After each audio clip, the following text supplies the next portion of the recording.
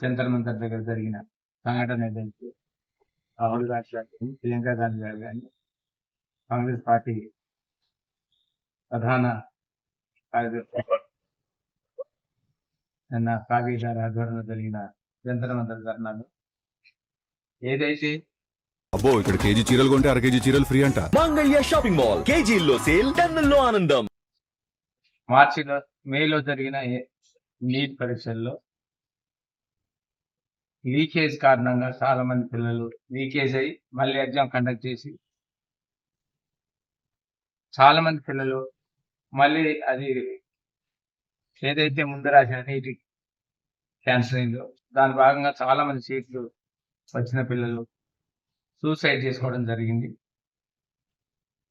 దాంట్లో భాగంగా రాహుల్ గాంధీ గారు కానీ, ప్రియాంక గాంధీ గారు కానీ, ప్రతిపక్షాలన్నీ కూడా నిన్న ఏకదాటి మీద విద్యార్థుల జీవితాల మీద ఆటలాడకూడదు, ఏదన్నా ఒక నిర్ణయం తీసుకుంటే ఎక్కడ లీకేజ్ లేకుండా, ఈ రోజు ఇదొకటే కాదు అనేక ఓబీపీఎస్లు కానీ అన్ని కానీ లీకేజ్ అవుతున్నాయని ఏదైతే సమాచారం ఉందో అలాంటి సంఘటనలు జరగకూడదని నిన్న పార్లమెంట్ నుంచి బయటకెళ్ళి పార్లమెంట్లో కానీ అదేవిధంగా జంతర్ మంతర్ దగ్గర కానీ ధర్నా చేయటంలో అనేక మంది విద్యార్థులు ధర్నా చేశారు. విద్యార్థులు 2 సార్లు 3 సార్లు ఎగ్జామ్ రాసేయడం అనేది ఏదైతే ఎగ్జామ్ ప్రిపేర్ అయ్యి ఒక్కసారి చాలా స్పీడ్గా ప్రిపేర్ అవుతారు, మళ్ళీ నెల తర్వాత పెట్టినా కానీ సరిపోకపోదు. ఆ రోజు ఆ శాతం సరిపోక చాలా మంది కోల్పోయి చాలా మంది సూసైడ్ జరిగిన సంఘటనలు ఉన్నాయి.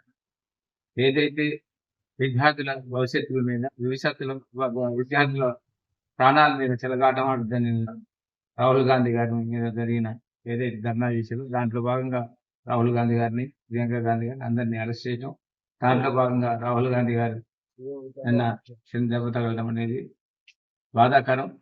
ఆ ఎంసెట్ ఏ నీట్ రాసేవారికి, కాంపిటేటివ్ రాసేవారికి ఎంత బాధ ఉంటుందో. నేను కూడా ఒక నీట్ ఎగ్జామ్స్ రాసి దాంట్లో కాంపిటీషన్లో పాల్గొని నెగ్గిన వాడిని.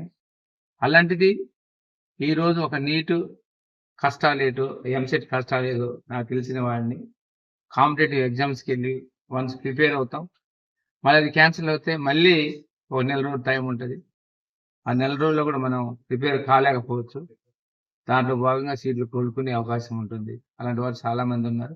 ఇది భావ్యం కాదని కోరుకుంటూ నిన్న మేము ఏదైతే రాహుల్ గాంధీ గారి మీద జరిగిన అరెస్ట్ కానీ ఆయన తగిలిన దెబ్బ కానీ నిరసన తెలియజేస్తున్నాం. ఎందుకంటే ఈరోజు మండలాలన్నీ కూడా నిరసనలు తెలియజేస్తున్నాయి. ఇది కరెక్ట్ కాదని, దీన్ని కూడా నా నియోజకవర్గం నుంచి కూడా నా తరపున ప్రజలందరూ కూడా ఖండిస్తున్నారు.